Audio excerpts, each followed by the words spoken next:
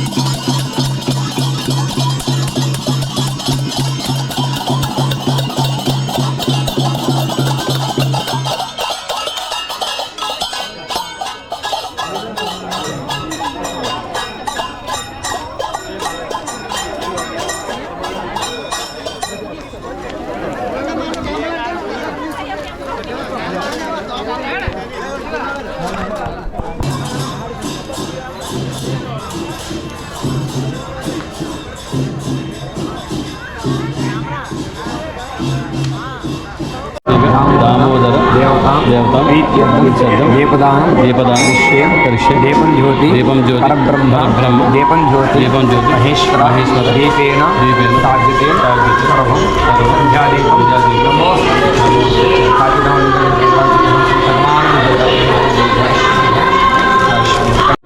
లక్ష్మీ సౌజన్య మోక్షమాలిని ముదులహాసిని క్షేమ స్థైర్య విజయ అభయ ఆయు ఆరోగ్య ఐశ్వర్య అభివృద్ధి ధర్మార్థ కామి మోక్షం. శ్రీ మహాగణాధిపతే నమః. కార్తీక శుద్ధ పౌర్ణమి. కార్తీక మాసంలో చాలా విశిష్టమైనటువంటి పర్వదినం ఈ రోజున కార్తీక మాసం నెల రోజులు కూడా చేయలేటువంటి అవకాశమైనటువంటి భక్తులు కనీసం ఒక్కరోజునైనా సరే దీపారాధన చేసినా అదే స్నానం చేసినా కూడా నెల మాసం అంతా కూడా చేసిన పుణ్యఫలితం కూడా లభిస్తుంది. అంతటి మహోన్నతమైనటువంటి తిథి ఈ యొక్క కార్తీక శుద్ధ పౌర్ణమి. అదేవిధంగా ఈ రోజునాడు సాయంత్రం పౌర్ణమి కృత్తికా నక్షత్రము కలిసినటువంటి శుభ సమయమున కూడా ఈ యొక్క విష్ణు ఆలయం కానీ శివాలయం కూడా జ్వాలాతరుణ మహోత్సవం నిర్వహించబడుతుంది. ఈ యొక్క జ్వాలాతరుణ మహోత్సవం అంటే శివాలయం బయట ఒక 2 కర్రలు నిలువుగా పాతి అడ్డంగా ఒక కర్రను పెట్టి దానికి కొంచెం గడ్డిని తీసుకొచ్చి గడ్డిని పెట్టి ఈ యొక్క జనులందరి చేత ఆ యొక్క గడ్డిని కాల్చి స్వామివారిని అమ్మవారిని అంటే పార్వతీ పరమేశ్వరిని ఒక పల్లకిలో ఉంచి ఆ పల్లకితో సహా భక్తులు 50 మంది కూడా ఆ యొక్క జ్వాలాతరుణంలోంచి కాలుతున్నటువంటి జ్వాలాతరుణం నుంచి 3 మార్లు ప్రదక్షిణ చేస్తారు. ఈ యొక్క జ్వాలాతరుణానికి ఎందుకు అంత విశిష్టత వచ్చిందంటే ప్రతి మనుషుడు కూడా చేసిండే పాపకృత్యం వలన అనేకటువంటి దుష్కర్మల వల్ల కూడా వారికి పుణ్యలోకము నరకలోకము ప్రాప్తి కలుగుతుంది. మనుషుడు ఏ రోజైతే నరకలోకానికి ప్రవేశిస్తాడో ఆ నరకలోకం ఉన్నటువంటి మొట్టమొదటి వేసేటువంటి శిక్ష ఈ యొక్క యమద్వారము. ఆ యమద్వారం వద్ద భగవగా కాలుతున్నటువంటి ఒక ద్వారం గుండా మనుషుడు ప్రవేశం చేయాల్సి ఉంటుంది. ఆ యొక్క కాలేటువంటి ఆ యొక్క ద్వారం నుండి కూడా మనుషుడు ప్రవేశం చేసినప్పుడు అతను ఎంతో నరకబాధను అనిపిస్తుంటాడు. కావున మనుషుడు అటువంటి నరకబాధను తప్పించుకోవడానికి ఆ యొక్క మనుషుడికి ఉన్నటువంటి ఒకే ఒక్క దారి ఈ యొక్క సోమవారిని పార్వతీ పరమేశ్వర వారిని ప్రార్థించడం. అందువలన కార్తీక శుద్ధ పౌర్ణమి నాడు ప్రతి మనుషుడు కూడా ఆ స్వామివారి అమ్మవారితో సహా పల్లకిలో పక్కన నుంచొని ఈ యొక్క యమద్వారం అంటే జ్వాలాతోరణం నుండి కూడా స్వామివారితో 3 మార్లు ప్రదక్షిణ ఎప్పుడైతే చేస్తాడో అతని యొక్క జన్మాంతం ఆ జన్మాంతం ఈ జన్మాంతం కూడా చేసిన పాపరుచులు నెరవేరిపోతే కాకుండా తొలిపోటీయే కాకుండా ఆ యొక్క యమద్వారం నుంచి కూడా తప్పించుకునేటువంటి అంటే యమలోకంలో వేసిన ప్రథమ శిక్షణను కూడా తప్పించుకునేటువంటి అద్భుత అవకాశం కూడా లభిస్తుంది. కావున ప్రతి మనుషుడు కూడా ఈ యొక్క యమద్వారం నుండి కూడా ప్రవేశం చేసి ఆ యొక్క నరకాలను కూడా విముక్తి పొందుతారని ఈ యొక్క ప్రతీతి. అదేవిధంగా ఆ యొక్క జ్వాలాతోరణం నుండి వెలువడేటువంటి భస్మం, ఆ భస్మం ఎవరైతే ధరిస్తారో ఎవరి ఇంట్లో అయితే ఉంటుందో ఆ ఇంటి చుట్టూ కానీ ఆ యొక్క మనుషుడి చుట్టూ కానీ ఇటువంటి భూత ప్రేత పిశాచాలు కానీ ఉగ్రగణాలు కానీ ఇటువంటి యొక్క భూత పిశాచాలు కూడా దరిచేరకుండా ఆ సర్వదా ఆ యొక్క భస్మం రక్షిస్తుందని ప్రతీతి.